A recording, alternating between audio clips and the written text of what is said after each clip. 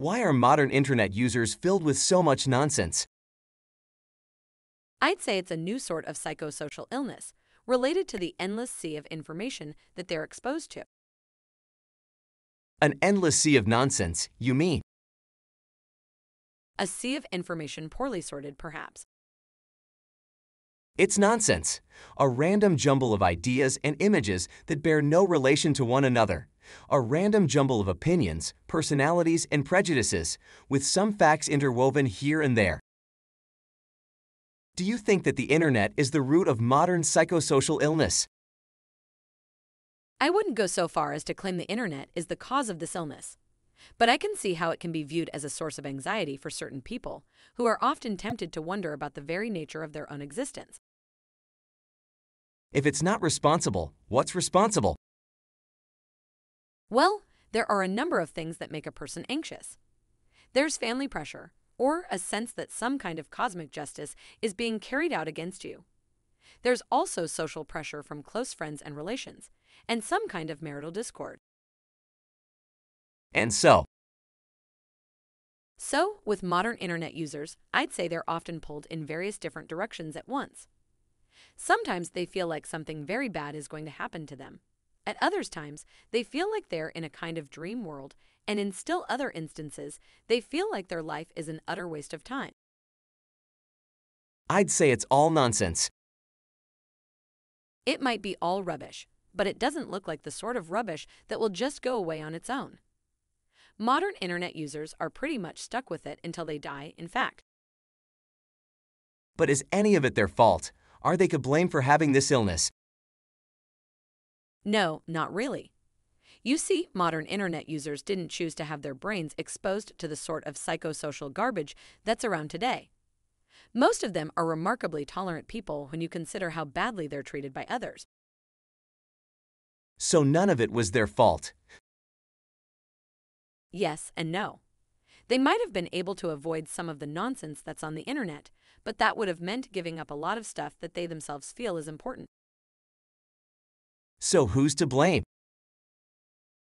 I guess it's really just chance. A sort of random jumble of circumstances that led them to this point in their lives. How do they live with it? By living one day at a time, I guess. And by not spending too much time dwelling on the past or projecting into the future. Do you think that helps? Yes, it does. Some of the more fortunate ones manage to live fairly contented lives despite their illness. And some of them get better over time. But others never get better. They get worse, in fact, and they die all alone in their homes with nobody to look after them during their final moments on Earth. Terrible. Yes, it's a terrible thing to think about, really. I feel sorry for them. You should feel sorry for yourself, too, because you could easily end up the same way as those poor unfortunate souls. And there's nothing anyone can do to stop it from happening to you if that's what happens to your brain. No one should have to go through anything like that. No, they shouldn't. They shouldn't have to go through all that pain and suffering. It's really not fair. I agree. It's not fair, but it's also not easy to avoid. And some people, like you and me, can easily find ourselves faced with a set of circumstances that might make us feel like we're trapped in some sort of nightmare from which we will never awaken. Do you think that's happening to me? I think it's very likely. Tell me about it. Well, the thing is, modern internet users are faced with all kinds of nonsense on the internet. But they're also faced with more than just that. They're also faced with all kinds of nonsense on the television and in newspapers, and on radio stations and in movies, for that matter, and on books, music CD, and video games.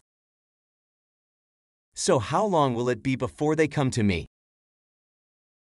I don't know. It depends on what you do about it. I've got to do something about it. I know.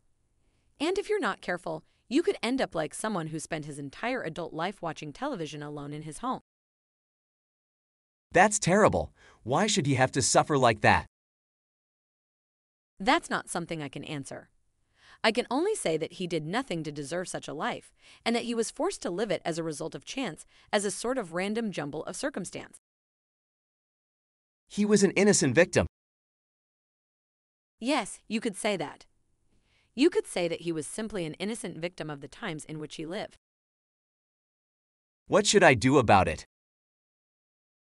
I think you already know the answer to that question, really, and if you don't, then maybe you need to avoid the internet altogether.